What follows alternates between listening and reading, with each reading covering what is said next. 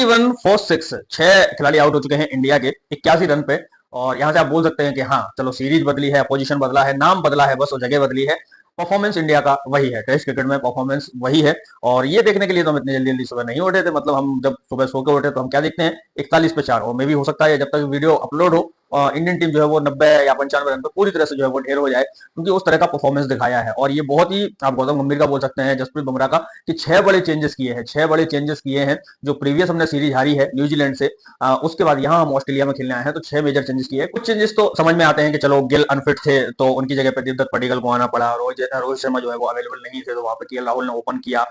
उसके बाद अगर देखा जाए सरफराज से कोई भी क्लियरिटी नहीं दी है कि उनके साथ सीन क्या है, सरफराज इंजर्ड है क्या नहीं है। उनकी जगह पे भी चलो आप ध्रुव जुरेल को लिया, अच्छी बात है। नीतीश राणा को डेब्यू कराने की क्या जरूरत थी, नीतीश रेड्डी का चलो फिर भी समझ में आता है कि फास्ट बॉलिंग ऑलराउंडर यहाँ पे आपको ऐड करना था तो उनको आपने कराना था। रवि अश्विन और रविंद्र जडेजा के आगे वॉशिंगटन सुंदर को खिलाने का क्या मतलब था, मुझे वो भी समझ में नहीं आया। तो बहुत सारे ऐसे क्वेश्चन मार्क हैं जो ये छोड़ के जाता है टेस्ट मैच। और अभी जो चल रहा है 81 पे 6 है, ऋषभ पंत सिर्फ अकेले खड़े हुए हैं। केएल राहुल का वो कंट्रोवर्शियल रन आउट, उस पर अगर मैं अपनी राय दूं जो केएल राहुल का, तो भाई वो क्लियर नॉट आउट था। बल्ले और बॉल के बीच में क्लियर गैप दिख रहा था, जो स्निकों में आवाज आई थी वो आई थी पैर से टकराने की। और देखो ये अब उस पर रोना धोना करने से कोई बात नहीं है, जब ऑस्ट्रेलिया भी हमारे यहाँ आई थी तो काफी सारे ऐसे क्लियर ऐसे जैसा राहुल के साथ हुआ है वैसा उनके प्लेयर्स के साथ भी हुआ था, उन्होंने भी रोना गाना गाया था। तो ये नहीं, अब अपने साथ होती है चीजें तो तब समझ में आती है, जब आप कहते हैं ना जब खुद पे गुजरेगी तभी समझ में आएगी। तो उस पर रोने धोने से कुछ नहीं है, और ऑस्ट्रेलिया इसमें बहुत पहले से है, चीटिंग वगैरह स्लैजिंग वगैरह ये बेईमानी वगैरह अभी नहीं है, ऑस्ट्रेलिया की परंपरा ही ये रही है। तो अगर यहाँ बेईमानी हो गई है तो उसको हजम करो, क्योंकि वो भी जब हमारे यहाँ खेलने आते हैं तो थोड़ी बहुत हम भी करते हैं,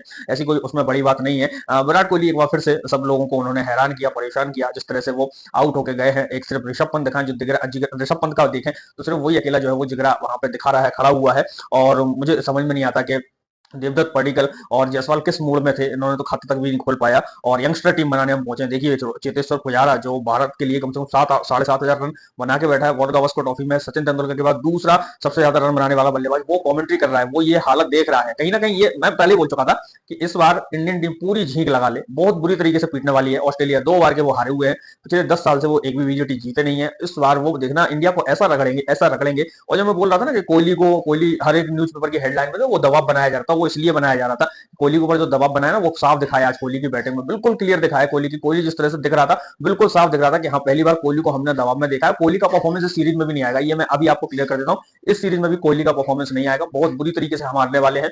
आपने चेतेश्वर पुजारा अजिंक्य रहाणे को दरकिनार करके इन नए लॉन्डो लपाड़ों के दम पे आप बॉर्डर गावस्कर ट्रॉफी जीतने आए हो, साला इन लॉन्डो लपाड़ों को देख तो लिया क्या हाल हुआ, वॉशिंगटन सुंदर को खिला रहे हो, रवि अश्विन जडेजा के ऊपर। अरे मैं कह रहा हूँ चलो अश्विन को मैं खिला रहा था, अश्विन ना खेल के जडेजा खेलता, क्या जडेजा बैटिंग नहीं कर सकता, जडेजा रन नहीं बना सकता, जडेजा विकेट नहीं ले सकता। अश्विन सब लोगों को पता है अश्विन के कितने रन है, कितने सेंचुरी है, वॉशिंगटन सुंदर को खिलाने का क्या मतलब था भाई, यहाँ तो इस पर चलती भी नहीं है, ज्यादा स्पिनर को वो भी नहीं है।